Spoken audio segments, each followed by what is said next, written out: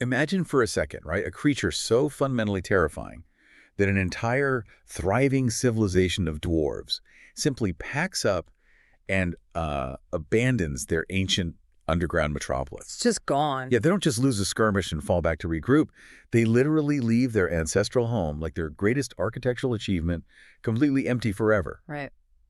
And if that isn't enough to set the stakes for you, imagine a powerful wizard, a being, who has spent centuries facing down dark magic and ancient evils across the continent, looking at this exact same creature and flatly admitting this is a foe beyond any of you. I mean, it's the ultimate fantasy mic drop. Right. You know, immediately that whatever is stepping out of those shadows isn't just like a standard dungeon monster. It is a walking extinction level event. It really is. Yeah. And today, we are taking a deep dive into a massive stack of lore notes, obscure linguistic histories, and, well, authorial drafts to figure out what a Balrog actually is. Because for you, the listener, truly understanding this creature means looking at how J.R.R. Tolkien fundamentally rewrote his own universe to make them scarier. Yeah, and the bizarre ancient words he dug up to design them. Exactly. And, you know, how this one shadow demon completely conquered modern pop culture. So, okay, let's unpack this, because I've got a stack of sources here that completely contradict each other. Yeah, they do. Like in one early text, I'm reading about an army of 1,000 Balrogs literally riding into battle on the backs of dragons. Right. But then in the final lore, they are described as these ultra-rare, immortal, angelic beings. So how do we reconcile this? Did the author just completely change his mind? Well, that contradiction is actually the key to understanding how meticulous this world building really is. Because if you only know Balrogs from passing pop culture references, you probably think they are just generic underworld demons. Yes, just big fire guys. Yeah. Right, but Tolkien's final settled lore states that Balrogs are actually Maiar. And to put that into perspective, the Maiar are a class of angelic, primordial spirits who existed in the void before the physical creation of the universe itself. Wait, hold on. Gandalf is a Maya? Yep. And the Dark Lord Sauron is a Maya. You're telling me this giant beast wielding a flaming whip is the exact same species as the wizard fighting it? They are of the exact same order, yeah. The hierarchy in this universe places the Valar at the absolute top. Think of them as like archangels or lesser gods. Okay. And the Maiar are the tier right beneath them. So the Balrogs were specifically Maiar associated with fire, but before the world was even fully formed, they were corrupted by the most powerful, evil Vala, a being named Melkor, who was later known as Morgoth. Wow.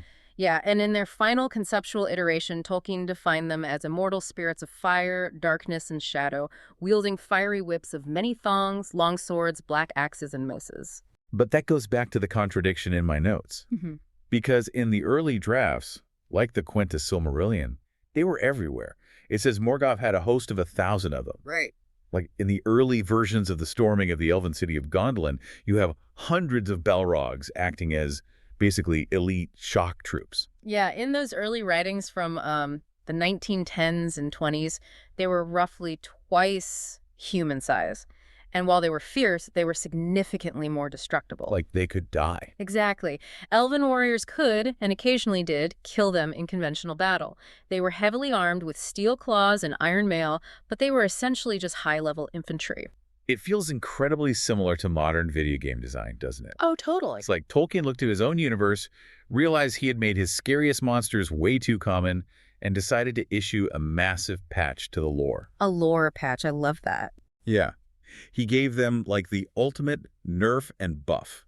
He completely nerfed their population numbers to make them incredibly rare, but he massively buffed their power stats, turning them from standard enemy grunts into ultra-rare, unbeatable boss monsters. And that patch is literally documented in the margins of his work. Really? Yeah, Christopher Tolkien, who famously edited and compiled his father's posthumous works, pointed out a very late marginal note from his father, one that didn't make it into the main published text, actually. What did it say? It explicitly stated that at most 7 Balrogs ever existed in the entire history of the world. 7, down from 1,000. Yep. But dropping their numbers and upgrading them to primordial angelic spirits raises a massive logical problem for me. Which is? Well, if they are immortal spirits who existed before the physical universe, how do you actually kill one? Right. The text says only their physical form can be destroyed. What does that actually mean in practice? So this touches on one of the most fascinating mechanics of divine beings in Middle-earth. Tolkien explains that the Valar and Maiar can naturally change their shape at will. They can move, as he phrases it, unclad in the raiment of the world. Unclad in the raiment of the world. That's so poetic. It really is. That basically means they can exist invisibly as pure, formless consciousness without needing a physical body at all. Okay. But, and this is the crucial catch, when an angelic spirit aligns itself with evil, and specifically when it exerts its innate power to dominate and control the physical material of the world, it pours its essence into that physical form. Oh, I see. So by trying to physically dominate the world, they essentially trap themselves inside it. They're like pouring wet concrete that eventually hardens around them, and suddenly they lose their shape-shifting privileges. That is a brilliant way to conceptualize it. The corruption locks them in. We see this with their master Morgoth, who eventually became permanently stuck in the form of a dark tyrant and couldn't even heal the burns he got from holding holy jewels. Or the wounds he took in battle. Right? Exactly. And Sauron lost his ability to assume a fair, pleasing form after his physical body was destroyed in the cataclysmic flood. So, while Tolkien doesn't explicitly spell out the biological mechanics for Balrogs, the absolute implication is that their corruption locked them into these terrifying bodies of soot and magma. Wow. You can destroy that physical body, sure, but doing so requires an equal primordial power, like the power of another Maya. Like Gandalf. Like Gandalf, yeah. Which perfectly explains why the two named Balrogs in the lore caused such catastrophic, world-altering damage. Since there were only ever a maximum of 7, the ones we actually meet are devastating. Let's look at the VIPs of the underworld, starting with the big boss. Gothmog. Oh, Gothmog. I mean, his resume is essentially a chronological list of the greatest tragedies of the First Age. Yeah, the Barul. He holds the titles of Lord of the Balrogs, High Captain of Angband, and Marshal of the Hosts. He wields a massive black axe. And he wasn't just a battlefield commander, he was an era-ending threat to the elves. He is the one who mortally wounds Fëanor, the brilliant elf who forged the Silmarils and basically kickstarted the entire mythology of this universe. He slays Fingon, the High King. He captures the greatest human warrior to ever live, Hurin. It would be like a single enemy general taking out Achilles, Hector, and Odysseus in one war. Literally, yes. He is systematically wiping out the greatest heroes of an entire age. And his origin story in the early lore is completely unhinged. It is wild. In the Book of Lost Tales, his original name was Kasamot, and he was literally the son of Morgoth and an ogress named Ulbandi. Yeah, Tolkien eventually moved completely away from the idea of angelic beings biologically reproducing. He felt it didn't fit the grander mythic tone he was developing. Makes sense. But that early draft shows you just how central Gothmog was to the hierarchy of evil. He was second only to the Dark Lord himself. But he does die eventually. He does. His end finally comes during the tragic, fiery fall of the hidden city of Gondolin. He engages in a brutal, single combat with the elf lord Icthelion of the Fountain, and they end up mutually killing each other, drowning in the king's deep fountain. So Gothmog shows us what a Balrog does when it's an active military commander in a global war. Right. But what happens to a weapon of mass destruction when the war is over? The creator is defeated, and it has no one left to command it. It just waits. Which brings us to the second name Balrog, the one everybody knows. Yeah. Durin's Bane, the Terror of Moria. But I have to push back on this creature's timeline for a second. Okay, go ahead. The text says it survived the ancient defeat of Morgoth, crawled under the Misty Mountains, and then just slept.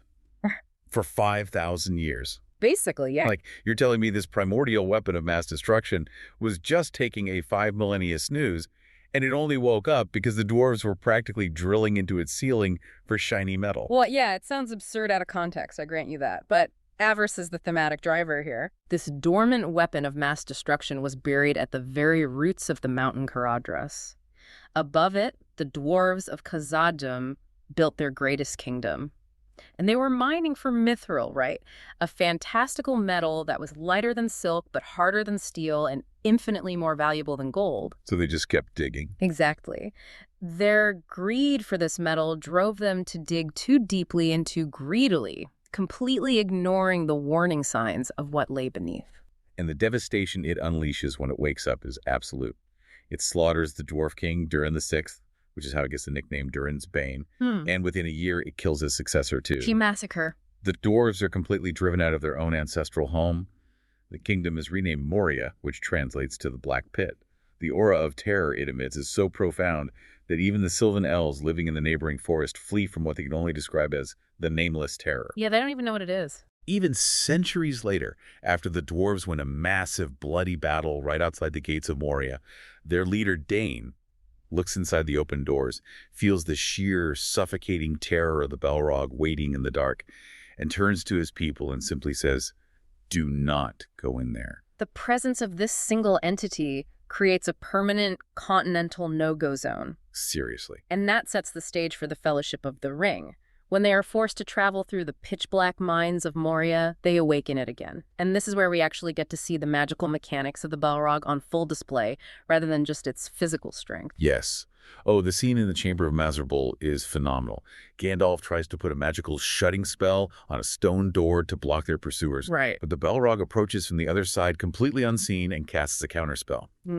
The magic is so terrible and ancient that it almost breaks Gandalf's mind. It's a mental battle. Yeah, the wizard is forced to speak a word of command to hold the door, and the sheer magical pressure causes the physical door to shatter, collapsing the entire room. It's a terrifying battle of angelic wills before they even make eye contact. Which culminates in the famous confrontation on the narrow bridge of Khazad-dûm. Of course. The elf Legolas instantly recognizes the despair of what is approaching. Gandalf stands his ground, identifying the Balrog's primordial origins by calling it the Flame of Udun, referencing Morgoth's ancient ruined fortress. So cool. And Gandalf shatters the bridge, the Balrog falls into the abyss, but in its final moment, its fiery whip catches Gandalf's knees, dragging the wizard down with it. And here's where it gets really interesting, because they don't just fall to their death. Yeah, they don't. They crash into a deep, freezing subterranean lake at the very roots of the world. And the text notes that the freezing water extinguishes the Balrog's flames, turning it into a thing of slime, stronger than a strangling snake. Yeah. It's such a bizarre, horrifying biological pivot. It's no longer a majestic creature of fire. It's this primordial, slimy, suffocating force of pure muscle in the dark. The water literally strips away the terrifying majesty of the fire demon and reduces it to pure, desperate malice. Wow. They fight blindly in the freezing water, the Balrog trying to strangle Gandalf, until the monster flees into the uncharted, ancient tunnels gnawed by nameless things deep in the earth. And what follows is an unimaginable marathon of endurance. The chase. Yeah, Gandalf pursues the Balrog for 8 relentless days, climbing from the roots of the earth all the way up the endless stair to the freezing mountain peak of Xeraxagil. Where it bursts back into flames the second it hits the open air. And they fight for 2 straight days and nights until Gandalf finally casts it down, and the impact of the demon's body literally shatters the mountainside. Just unbelievable scale. And Gandalf dies from the sheer exhaustion of the battle, though he is famously sent back. Right. The sheer scale of that encounter is breathtaking.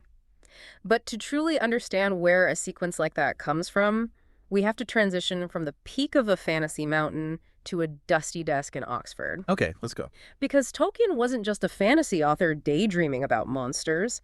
He was a professional philologist, a scholar of historical linguistics and ancient languages. I love this part because it's like he was practicing linguistic paleontology. Oh, that's a great term. It's like he dug up the fossilized bones of a dead, forgotten word, figured out how its joints fit together, and built a living, breathing monster out of its skeleton. That is precisely how his creative engine operated. In the 1930s, Tolkien became intellectually obsessed with an obscure Old English word found in ancient texts like the Codex Junius. And what was the word? The word was Sigilawara. At the time, early medieval English writers used it as a translation for the word Ethiopian, referring to dark-skinned people from the south. Right. But Tolkien, being a philologist, looked at that and wondered why the Anglo-Saxons would use this specific, very strange compound word to describe something they barely understood. So he takes out his linguistic scalpel and cuts the fossil in half to see what's inside. Exactly. He amended the word slightly to Sigil Harwan. Breaking it down, he determined that the first half, Sigil, meant both sun and jewel. Okay. Then he looked at the second half, Hirwa, and linked it to the Old English word for hearth, and tracing it further back, connected it to the Latin concept of soot. Sun jewel and hearth soot. Yes. And from that deep etymological dive, he theorized that before it was ever used as a translation for a real-world group of people, the word originally described a mythic, forgotten class of demons. Demons with red-hot eyes that emitted terrifying sparks and faces as black as hearth soot. Sun and soot. Yeah. Flame and shadow. That is the literal blueprint for the Balrog. It really is. He resurrected a dead monster from the syllables of an old English dictionary. And what's wild to me is that this one single word didn't just inspire the Balrog. Right, there's more. If Siegel means sun and jewel, that is the direct inspiration for the Silmarils, the holy glowing jewels that drive the plot of his entire First Age mythology. And the original medieval translation of Ethiopian inspired the Haradrim, the fierce men from the southern deserts of Middle-earth. Yep. One obscure word spawned 3 massive foundational pillars of his universe. It just shows how intertwined his academic life and his fiction were. And he was also weaving in threads from broader Northern European mythology. Like what? Well, in Norse myths, one of the ancient epithets for the god Odin is Belagrer, which translates to fire-eyed. You also have the Norse fire giant Surt, who carries a deadly, flaming whipping stick. Oh, a whip. Exactly. And from the Old English epic Beowulf, you have the iconic monster Grendel, who's described as intensely, brutally physical, but also vaguely belonging to a different order of being a malevolent, creeping shadow. Well, so when Aragorn describes the Balrog to the rest of the Fellowship, he uses almost the exact same conceptual framework, right? He calls it both a shadow and a flame, strong and terrible. Yes. And it wasn't just ancient words that built this narrative, it was ancient history, too. There's this fascinating theory by a literary scholar named Alexander Bruce comparing Gandalf's fight on the Bridge of Khazad-dûm to a real-world military disaster. Which one? The Battle of Maldon in 991 AD. Okay, I don't know that one. Well, Tolkien was intimately familiar with the Old English poem detailing the Battle of Maldon, and he had very strong critical feelings about the leadership displayed there. Interesting. In that historical battle, an English commander named Byrhtnoth made a massive tactical error driven purely by aristocratic pride. He essentially let an invading Viking army safely cross a narrow stone causeway over the water just so they could have a fair and glorious fight on open ground. Oh, no. Yeah. As a result of this misplaced chivalry, the English army was completely slaughtered, Byrhtnoth was killed, and England was forced to pay humiliating tribute. So Bruce's theory is that Tolkien wrote the Moria Bridge scene as a kind of, literary course correction. Byrhtnoth arrogantly lets the enemy cross a narrow bridge for his own glory and dooms his people. Gandalf, conversely, selflessly, stands his ground on a narrow bridge, absolutely refuses to let the enemy pass, sacrifices his own life, and saves his friends. It operates as a redemption of the heroic ideal. Gandalf exhibits true, selfless leadership, contrasting sharply with Byrhtnoth's self-serving desire for personal glory. That's amazing. Through his fiction, Tolkien is essentially having a philosophical debate with a 1,000-year-old poem about what true courage actually looks like. Okay, so we have this incredibly deep, linguistically rich, historically resonant monster built from the ground up by an Oxford professor. Yes, we do. But when you hand that nuanced monster over to the modern world, well, things get messy. Because we absolutely have to talk about the wings. Oh, boy. The wings. Why are we so obsessed with giving the Balrog giant bat wings? I mean, if it's already a giant, soot-black, flaming shadow demon wielding a magma whip, isn't that scary enough without turning it into a giant bat? You have just stepped into what is arguably the most fiercely debated, volatile topic in the entire Tolkien fandom. Do Balrogs have wings? People get really mad about this, right? They do. The problem stems entirely from the fact that Tolkien's text is notoriously and perhaps deliberately ambiguous during that bridge sequence. Okay. When describing the Balrog's approach, he writes that the darkness surrounding it reached out like 2 vast wings. Like 2 vast wings, that is clearly a simile. It is. It's just poetic language describing the shape of the magical shadow it projects. But then, just a few paragraphs later, in the heat of the action, he writes, "Its wings spread from wall to wall." Ah. Now, the phrasing sounds completely literal. Add to that the fact that in the early lore, they had to ride on the backs of dragons to get around, which heavily implies they couldn't fly themselves. That's true. And when Gandalf throws Durin's Bane off the mountain peak, the text says it plummets and falls in ruin. It doesn't just catch the wind and fly away. Right. Because of this textual evidence, early Tolkien illustrators like Ted Naismith usually drew them as incredibly terrifying, completely wingless beings of fire. But then Hollywood got its hands on the property, and the visual demands of cinema completely changed the creature's anatomy. Exactly. Think about how we design monsters visually versus how we describe them in literature. It's totally different. A suffocating shadow is a terrifying concept to read on the page, but in a 1978 animated cartoon or a 2001 live-action movie, a shapeless, magical shadow just looks like bad cinematic lighting. Yeah, you can't film that. Directors needed a visual shorthand for demonic. Historically, Western culture has always used giant bat wings to signify fallen angels and demons. So adding wings wasn't necessarily just a misreading of the text. It was a cinematic necessity to instantly communicate ancient dread to a theater audience. And it worked entirely too well. Ralph Bakshi's 1978 animated film gave the Balrog these massive wings. Yeah. And then, in 2001, Peter Jackson brought the Balrog to live action, using the iconic conceptual designs of illustrator John Howe.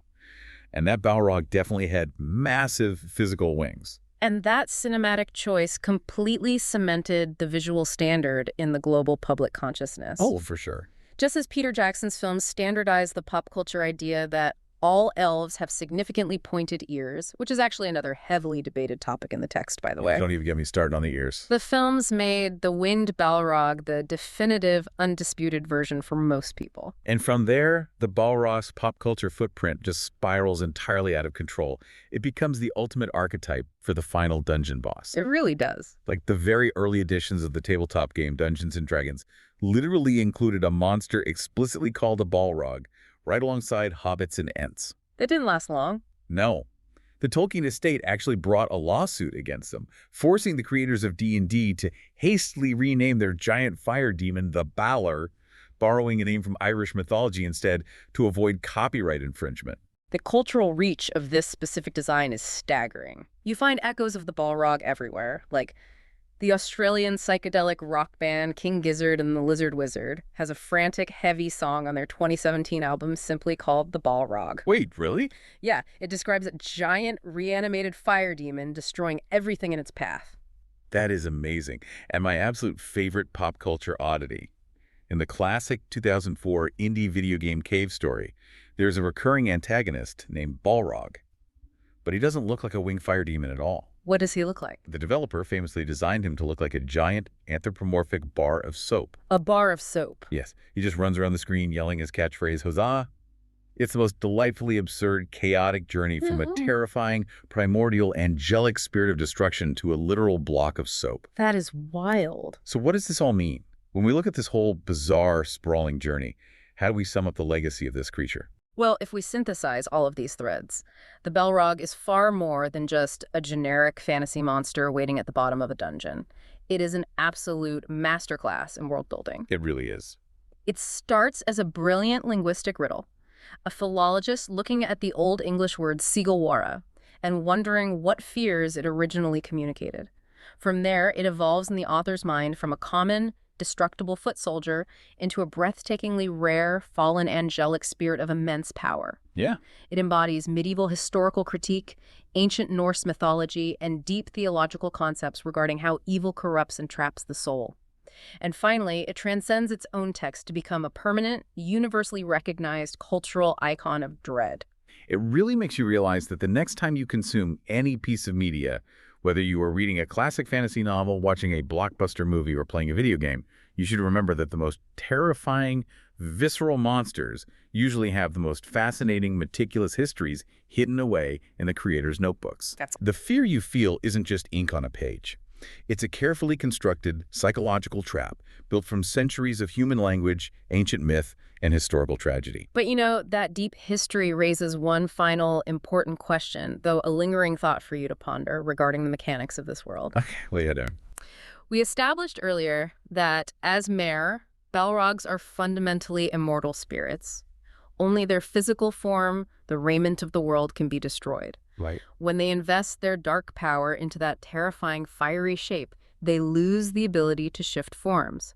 So when Gandalf threw Durin's Bane down the freezing side of Ziraxigil and utterly broke its physical body in ruin, wait, let me phrase that better, what actually happened to its spirit? Oh, wow. I hadn't thought of that. The physical vessel of soot and flame is gone, yes, but the immortal, formless essence of that ancient demon wasn't destroyed. It can't be. So it's just out there. Is that spirit still lingering there on the mountain, completely powerless to ever take a physical shape again, but fully conscious? Just a malevolent, invisible will trapped in the dark corners of the world, furious and waiting. That is chilling. It is certainly something for you to think about the next time you find yourself alone in the dark.